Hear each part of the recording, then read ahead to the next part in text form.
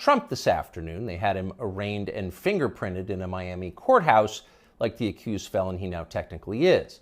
These were the first steps in a process that is designed to put Donald Trump behind bars for the rest of his life.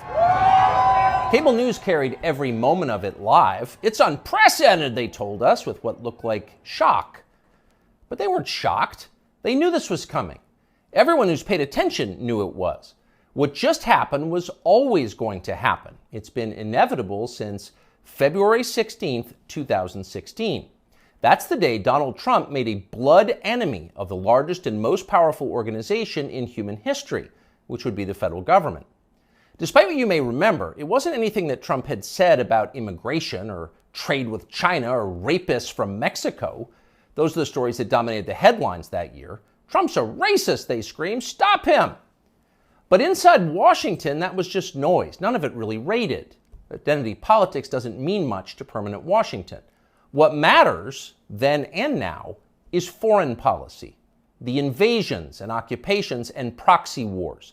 The decisions that determine which global populations will thrive and which will die. The policies that come with trillion-dollar price tags. The ones that, over time, have made the counties around D.C. the richest suburbs in the world. In Washington, that's what actually matters. And it's obvious when you look carefully. When there's a debate about anything else, for example, the debt ceiling, both sides take their assigned positions and they start yelling. But when Congress decides to start a war, no matter how foolish or counterproductive or obviously disconnected from America's core interests that war may be, when that happens, the leaders of both parties automatically jump behind it like circus clowns. And then they stay there, sometimes for decades. They defend that war relentlessly against all evidence until somebody finally rings the all-clear bell and they can begin to admit that actually, maybe it wasn't such a great idea. We meant well, but it just didn't work out. The good news is we've learned a lot of important lessons. In the end, they usually do say something like that, but only after emotions have cooled and the damning details have begun to fade from collective memory. It's an apology that's not actually an apology, much less repentance, and it's years too late to matter in any case. But until then, that's all you're getting. Until then, no dissent is allowed. That's the first rule of Washington. But somehow, Trump didn't bother to follow it. He is from out of town, so maybe he didn't know it was a rule, or maybe he just didn't care. Either way, 7.5 years later, we can point to the precise moment that permanent Washington decided to send Donald Trump to prison. Here it is. It's from the Republican candidates debate in Greenville, South Carolina. We should have never been in Iraq. We have destabilized the Middle East. They lied. They said there were weapons of mass destruction. There were none, and they knew there were none. There were no weapons of mass destruction. All right. We should never have been in Iraq, Trump said. We destabilized the Middle East. Now, by the time Trump said that, a lot of Republican primary voters were starting to reach the same conclusion. How could they not? But it was the next line that doomed Trump to today's arrest. They lied, he said. There were no weapons of mass destruction, and they knew there were none. Now, when he said that, a few in the crowd booed. Most just sat there in silence, stunned. Can he say that? Well, he said it anyway. And by saying that, he sealed his fate. That was the one thing you were not allowed to say, because it implicated too many people on both sides, which on this topic is really just one side. Hillary Clinton was guilty of it, but so was Paul Ryan. All of them were guilty. They all knew, they all lied. And to a person, they hated Donald Trump for exposing them. After that, it was pretty clear that even if he did get elected president, Trump was going to have a very hard time controlling the federal government he was supposed to be in charge of. Most of permanent Washington decided that thwarting Trump was the single most important mission in their lives. Everything depended on it. Many of them said so publicly. But others didn't say so publicly. In fact, the stealthier ones took another path. They ran toward Trump, not away from him. They sucked up to him. They ingratiated themselves with the man they intuitively understood was susceptible to flattery, which Trump is. And they did this in order to subvert his new administration from the inside. There were a number of these, and you could spot them immediately. They were flatterers. Invariably, the ones who flattered Trump the most hated him the most and disagreed the most strongly with his views. You saw them in the hallways of the White House and at press conferences. They were there slobbering over their boss with elaborate self-abasement, as if they were addressing a monarch or a god. It was a scene from the Ottoman court. It was filthy and decadent, and it was false. Mike Pence, Nikki Haley, Mike Pompeo, Lindsey Graham in the Congress. They all called Trump a visionary genius up until the moment he lost power. And then they unsheathed their real agenda, as always the neocon war agenda, and they piled on with maximum force. Here's Mike Pompeo, for example, on Fox News this morning. President Trump had classified documents where he shouldn't have had them, and then when given the opportunity to return them, he chose not to do that for whatever reason. When somebody identifies that, you got to turn them in. And so that's inconsistent with protecting America's soldiers, sailors, airmen, and Marines. And if the allegations are true, some of these were pretty serious, important documents. And so that's wrong. May future historians hoping to unlock the mysteries of late Empire Washington study that clip, because it will reveal everything. That very same Mike Pompeo, the one who's sneering at Donald Trump on TV this morning, that guy served Donald Trump as both CIA director and as Secretary of State. Those are the two most powerful jobs in the federal government. And as he worked in those jobs, Pompeo promised, in fact, he swore, to support the president's agenda. Why? Because that's the way a democracy works. You vote for a candidate in the belief that his appointees will carry out the policies that you voted for. It's not about the president, it's about you, the voter. But Pompeo didn't do that. He didn't even try to do that. In fact, he undermined Trump's often stated commitment to peace and non-intervention abroad at every turn. His every waking hour was devoted to fomenting war in some faraway foreign country or other. Iran, Syria, Russia, North Korea, the list goes on. But rather than telling Trump that he disagreed with his ideas, as a man would, Pompeo toadied up to Trump, a man he despised, in the oiliest, most over-the-top way imaginable. Ask anyone who worked in that White House at the time. Who is the appointee most likely to tell Donald Trump on a daily basis that he was handsome, virile, sleek, and powerful? Mike Pompeo. That will be the consensus answer. Those of us who saw firsthand Pompeo's relentless kowtowing will never forget it. It was indelibly repulsive. No one with self-respect could do something like that. But Mike Pompeo did it effortlessly, with relish and verve.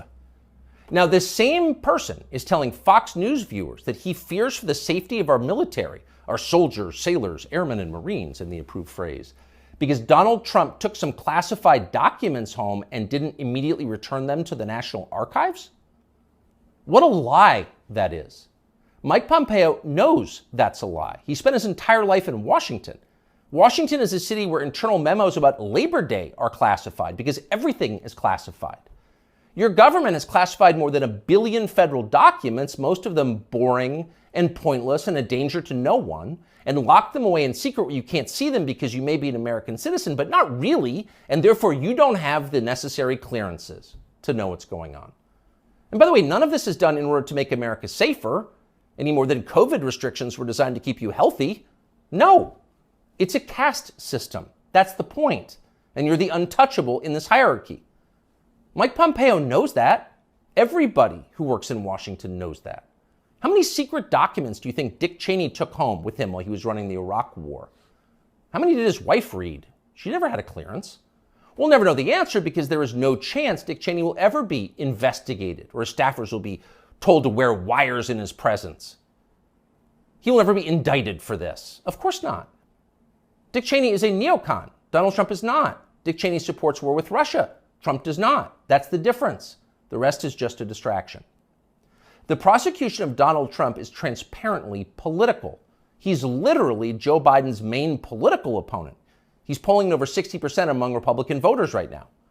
So Joe Biden is doing what no president has ever dared to do. He's using law enforcement to lock up his chief rival. That's happening right now. Anyone who denies it's happening is lying to you. But actually, it's worse than that. Trump's prosecution isn't just political, it's ideological.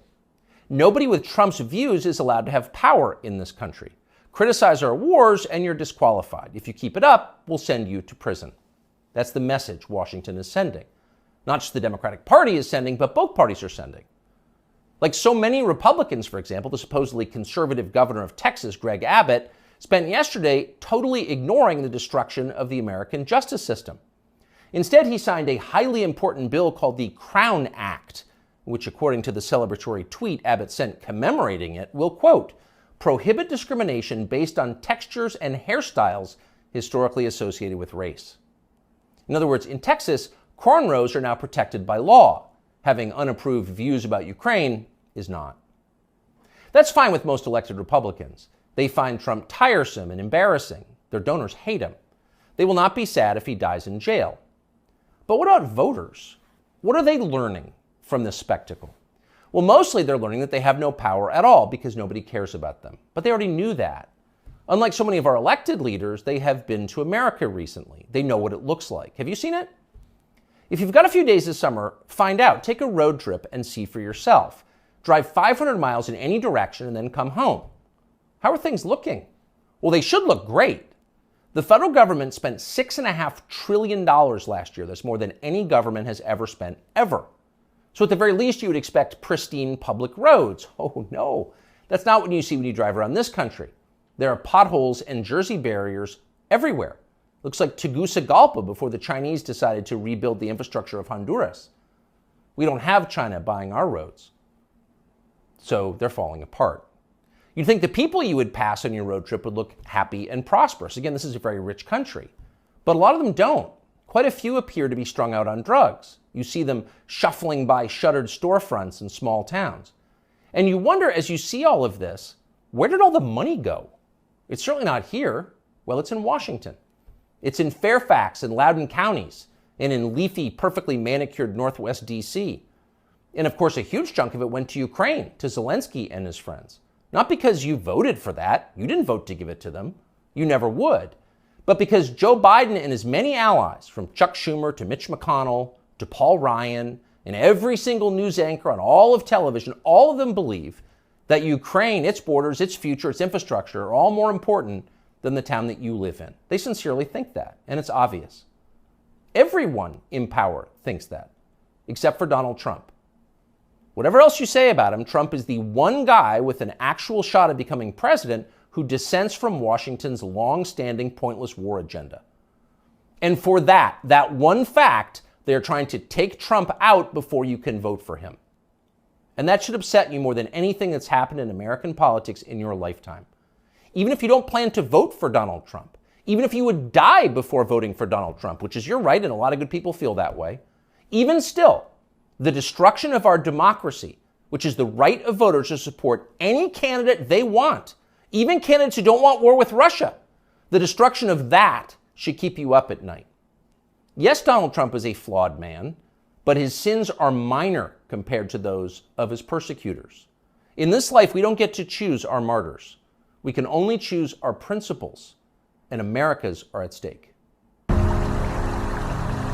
Younger people say the news is full of lies. In Kennedy's motorcade, 239 people. The death of Jeffrey Epstein.